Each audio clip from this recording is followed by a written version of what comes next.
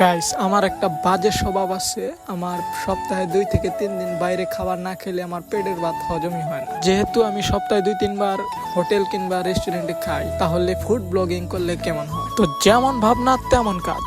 চলে গেলাম মধুপুরের Al Madina hotel and রেস্টুরেন্টে, কারণ এইখানকার কালাভুনা 100তে 100। তাই গিয়ে অর্ডার করে ফেললাম গরুর মাংসের কালাভুনা। অর্ডার করার সাথে সাথে চলে এলো টেবিলে। আমি নিয়ে খাওয়া শুরু করলাম। যেহেতু আমি নতুন, তাই আপনাদের একটু অ্যাডজাস্ট করে নিতে হবে, কারণ আমার ওইখানে ভিডিও করতে খুব আনইজি ফিল হচ্ছিল।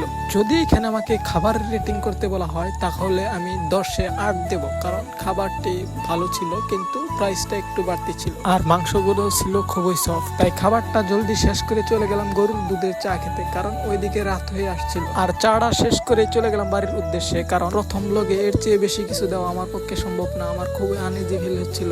তো ভালো থাকবেন, সুস্থ থাকবেন, আল্লাহ হাফিজ।